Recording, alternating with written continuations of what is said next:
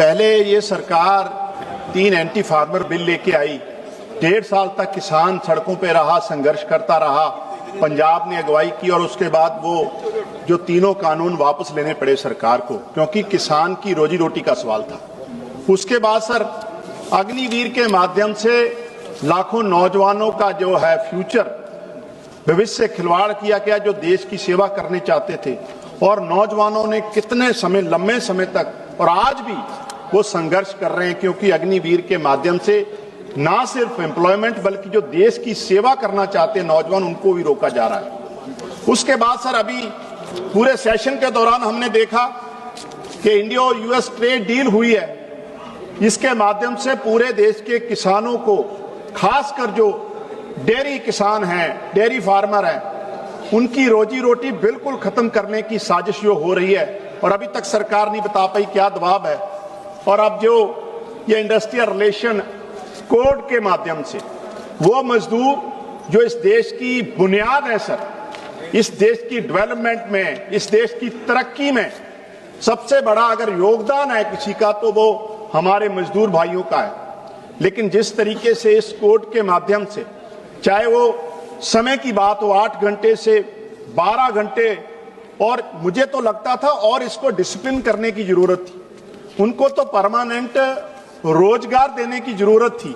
लेकिन सरकार तो यह कह रही है कि 300 एम्प्लॉय किसी इंडस्ट्री से 300 से कम है, 299 भी है, तो विदाउट नोटिस उनको निकाल दिया जाएगा। सर ये कितना बड़ा अन्याय है उस वर्ग के साथ सर, जो सबसे ज्यादा मेहनत इस देश के लिए करता है और जिसको जरूरत है, उसी वर्ग को जरूरत है। आज सरकार को चाहिए कि उसकी बेहतरी के लिए काम करे।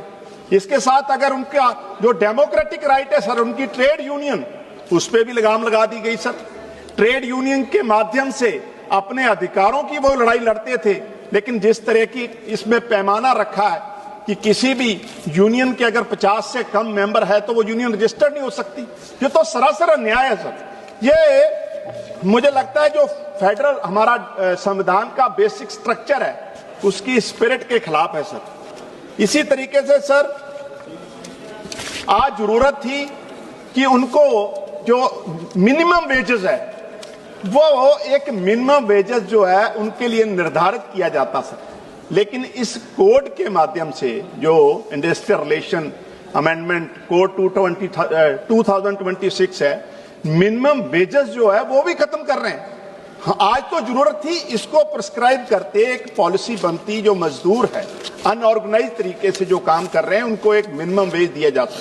तो मुझे लगता है ये जो कोड है सर, ये पूरी तरीके से जो अमेंडमेंट कर लेके आ रही है सरकार, ये मजदूरों के, गरीबों के खिलाफ है।